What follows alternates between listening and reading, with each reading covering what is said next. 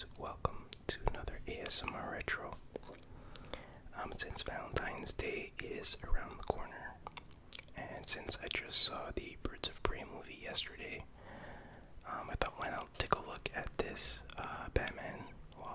Harley Quinn comic. In the background says Batman Detective Comics, but it's crossed out and it says Harley Quinn #1. And this is issue 23.2.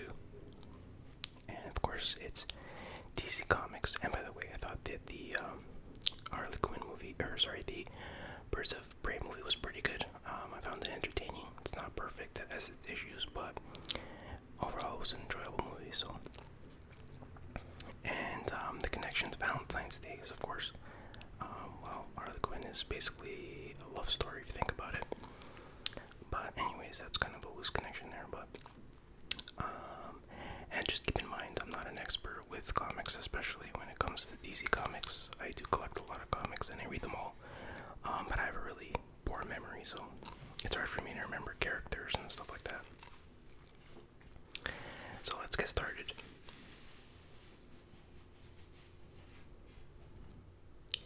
So it starts off, says last night, the remains of the Justice League watchtower. So I guess they destroyed this watchtower. And there you can see Harley Quinn in full costume.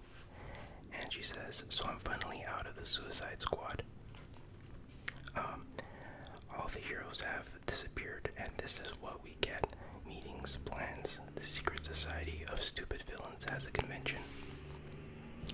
So she's basically saying, I'm not a fan of conventions and organization and stuff. She's a fan of chaos. And here you can see different villains. There's Two-Face.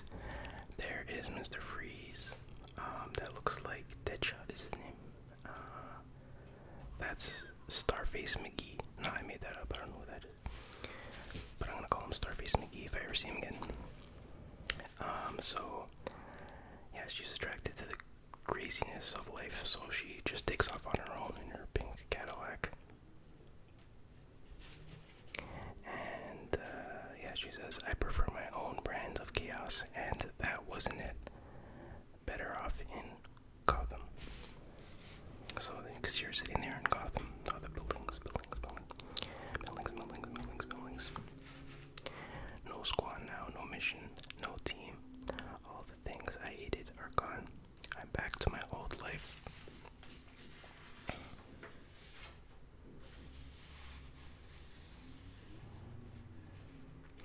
So there's the title of the stories.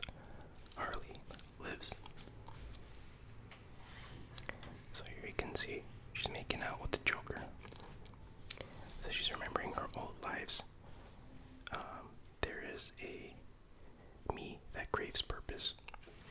So she had different purposes in life. Like, for example, the Joker. Her studying for, I think she's a psychologist.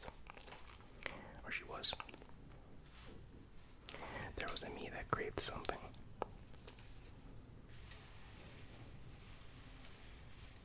So now we flash back many days ago. There's a lot of flashbacks here, just like the movie. So there's a part of me that craves something more, and this was her family life. That's Harley, or a young Arlene, and her dad, her brother, I guess her other brother, baby brother or sister, and her mom. And the dad says, the brother thinks that he's like, I have 1,000 views on YouTube. I guess he makes videos where he sings or something. And he's like, I'm viral now, you idiot. Talking to her dad, his dad, because dad's like, oh, you're never going to be famous. Stop wasting your time. And the kid thinks that getting 1,000 views on YouTube means he goes viral. It's pretty funny. I can almost relate to that. And then her mom is like, get your nose out of that book, why don't you give me the hand with the kids? And the dad's like, basically mocking her, saying, you're not going to get out of here, basically no matter how you study, you're stuck here, you're one of us, you're going to be a loser. Didn't say it in those words, but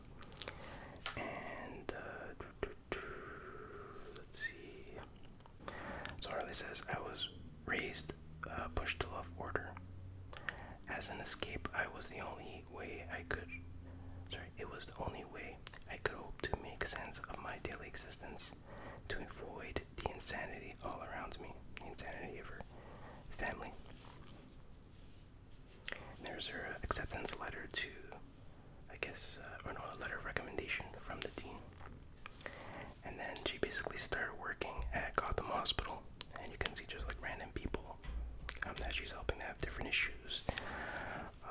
This guy or girl, I can't tell, is scared to shake people's hands.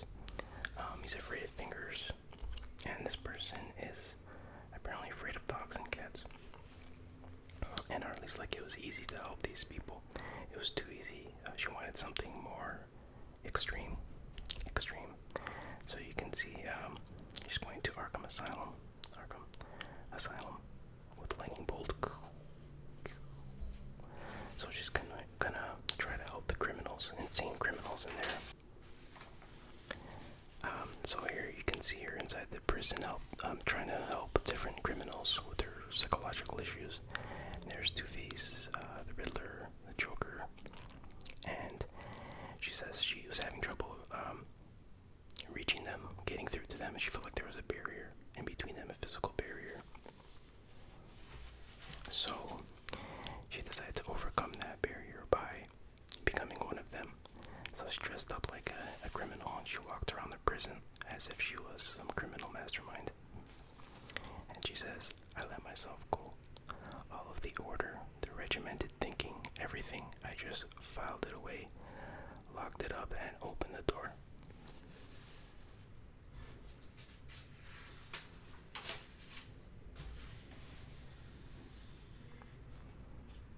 To chaos. She opened the door to chaos. So she approaches the Joker in prison, and the narration, which is her talking, says, how can you help someone until you've been in their shoes, until you felt their pain? The Joker turns around and suddenly gives her a smooch. Until you felt their... See, I told you it was all about love. Insanity. So this is, I guess, her superior or somebody, and he's upset at her for dressing up, like a criminal, pretending to be a criminal. But then here you see eventually Harley and the Joker escape the jail, and all these guys are dead, I guess. Dead. And then there's her when she falls. I guess the Joker pushes her.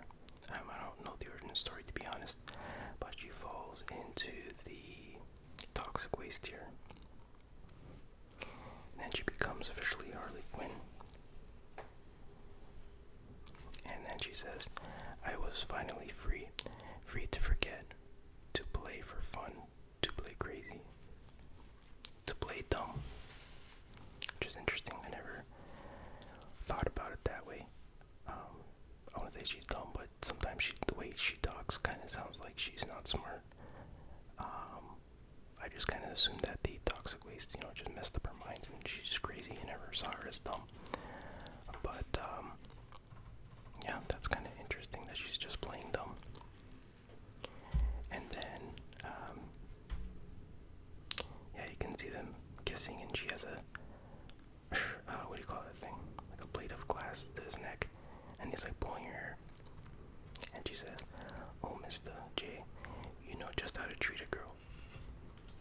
So I guess they like it rough.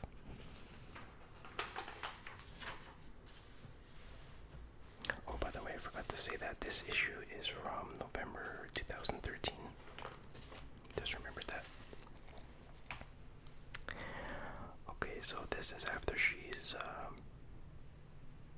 she became Harley Quinn, and she's just kind of walking around, kind of in a daze.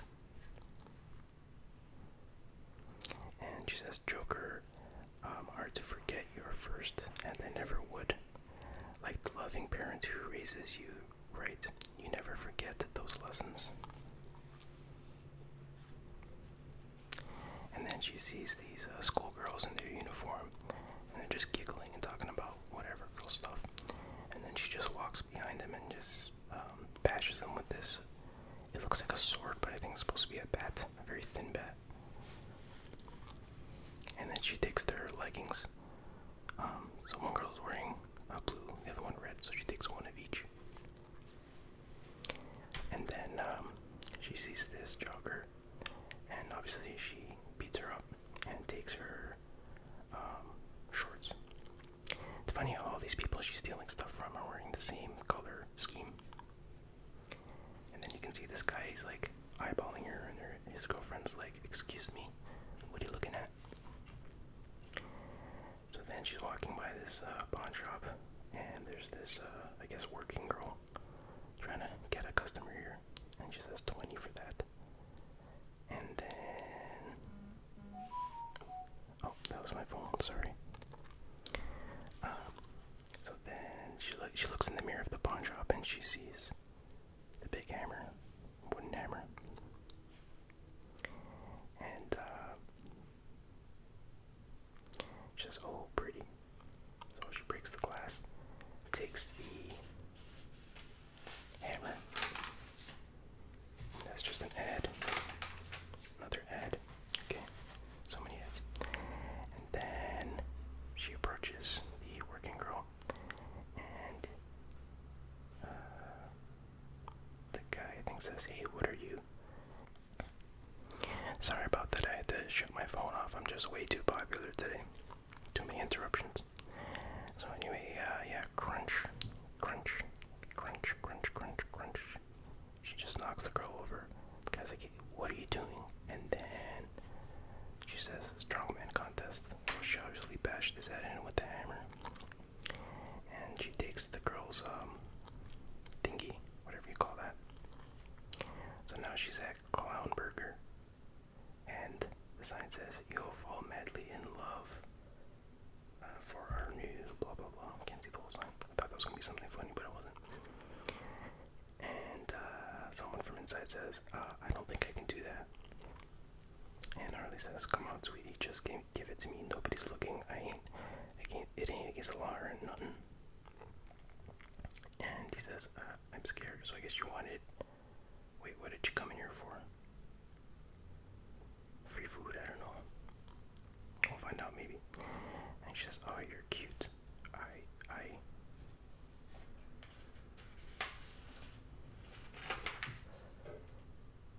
What exactly did she want from that guy? I don't know.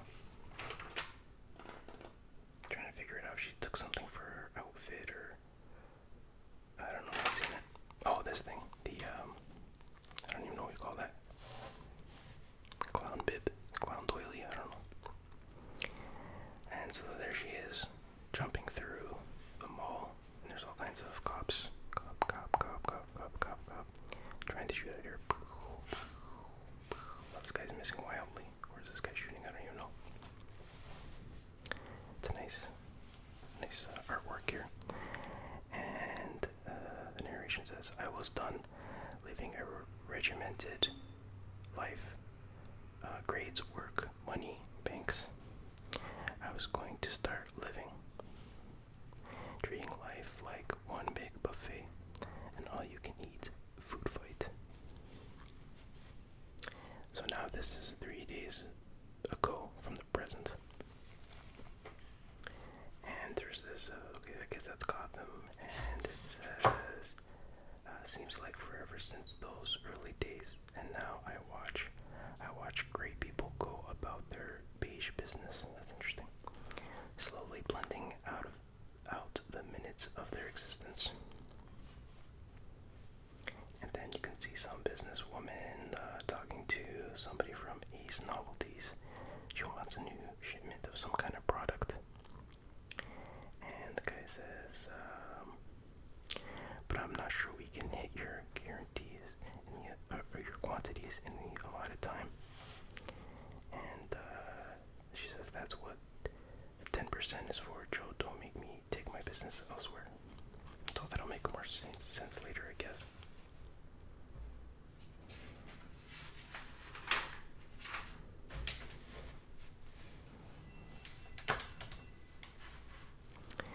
So now, it says, "I watch these rules enforced by those equally constrained." There's a cop. The cop comes out of the car with a bunch of boxes. Thinking small, like small acts of kindness will eventually amount to something. When it's just another bird dropping on the windshield of life. And this supposed cop is handing out free Ace, what is it called? Ace Boy. So it looks like a little Game Boy type device. Just giving it for free. The kid says, "Awesome, thank you, sir. Happy holidays." And the cop says, "That's not a holiday, kid. It's an everyday act of kindness."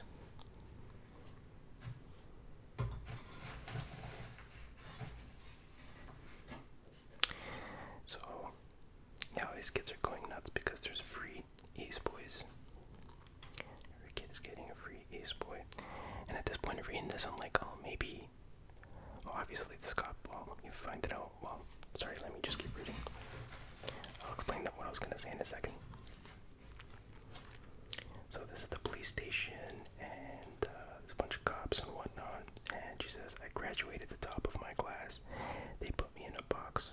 Genius level IQ puts you in yet another box, until I found myself inside a box within a box inside another box." So a lot of boxes.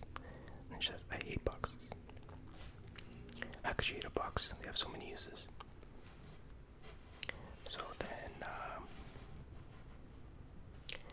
this cop dude is like, "Hey Bob, hey Bob, saw your car roll up. Hey, you're not." And then you see that it's actually Harley. So what I was gonna say before was this cop handing out the Ace Boys was Harley. And at this point I'm like, oh, maybe she's not so bad. Is she like she's a villain, but she's clearly not that bad if she's stealing stuff and giving it to kids for free. But that's not quite what's gonna happen. We'll see. There's always something more evil about to happen. So she reveals her face, and she's like, "Who are you?" The guy's like, "Who are you? Where's Bob?" She's like, Bob's in the car." And there's Bob with a bunch of dynamite.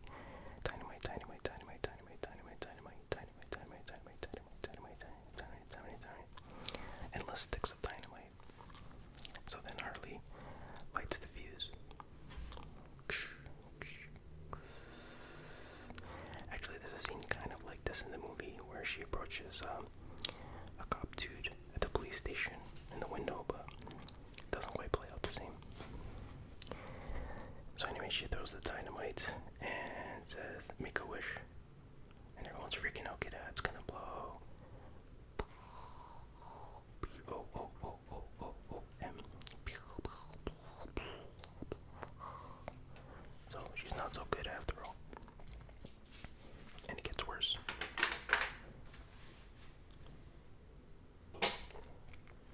So she's just chilling across the street at a coffee shop here. Like she's just having an espresso, enjoying the day. You see all fire and carnage. And she says, "It's liberating to not have to think, to just move, to act. The downside of this is that I've started to feel numb." In school they had a name for it, disassociation. You can see this guy was caught in the blast and he's all bleeding in shock. My rational mind can recognize pain when I see it. But my rational mind is a pretty small box and tied up with a bow in it. Look at the time. The secret society super secret meeting is about to happen. I better get going. And the rest of me, none of your damn business, Arlene. Stop trying to psychoanalyze me and get back in your box.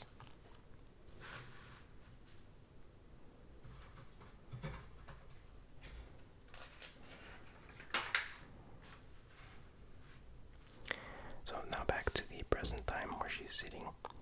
She's back in Gotham. She's just thinking. And says, "I don't cut Arlene out altogether. She's got her uses. Master plans and all that. Fundraising, electronic money laundering, etc., etc. So she still needs Arlene, their Arlene side of her personality to do certain things. So now she's talking to this guy, Joe, and she says that, did you do the ASAP. He's like, yep, no problem. Presses a button. Looks like he's pressing the control button, or as I call it, the guitar button. Well, that's what Homer calls it. So, you can see this dude looking at his Ace Boy, and it's doing an update. And all these people with an Ace Boy, all these kids. This guy looks pretty upset that he has to wait for the upload to happen, or the update. You know what that's like. Another kid. And then she says you can put anything in a box. A game. Says update complete. A conscious. A thought. And then the unthinkable happens.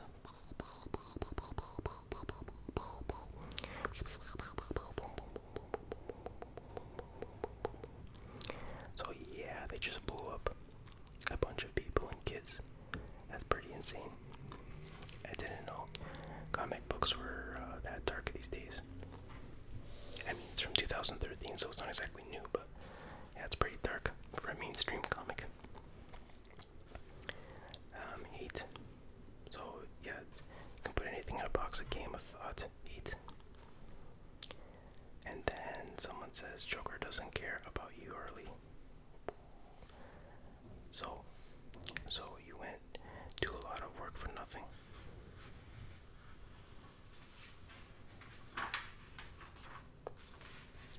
So we see he's talking to, what's his name again? Deadshot, I think. This was Will Smith's character, right, in Suicide Squad. And, another thing you can put in a box is love. So I guess it seems like she did all that to try to impress the Joker. But Deadshot's like, yeah, he doesn't care about you regardless of what you do. You know what that's like. And Deadshot's like, you're like me, Harley, aimless. The squad needs us back, and I think we need it. We're bullets, Harley, all of us. But a bullet without a target is aimless, useless. So Harley says, so shoot me.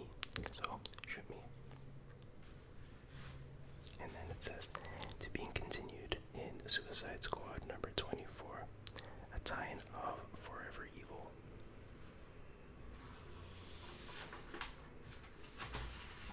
It's cool. Action figures. Wonder Woman, Supergirl, Harley, and Poison Ivy. Doesn't really look like Wonder Woman too much, the face. It's good Harley Quinn though.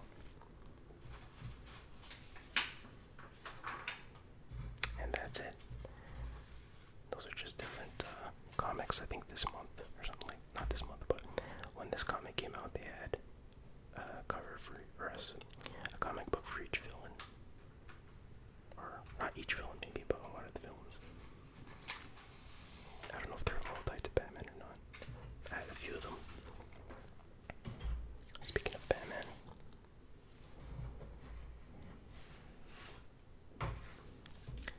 So yeah, I thought this was a pretty good comic. Again, I'm not too familiar with the DC world, but it's cool because it gives you an overview of Harley Quinn and who she is and what makes her tick. So it's a good introduction for me into that world. The only thing I really knew about Harley Quinn was from the Batman animated show in the 90s, which I thought I heard recently that that's where the character originated. It didn't originate in the comics. I could be wrong about that, but anyways, it was nice to read this. Nice artwork. Not my usual style that I like, but I think it works for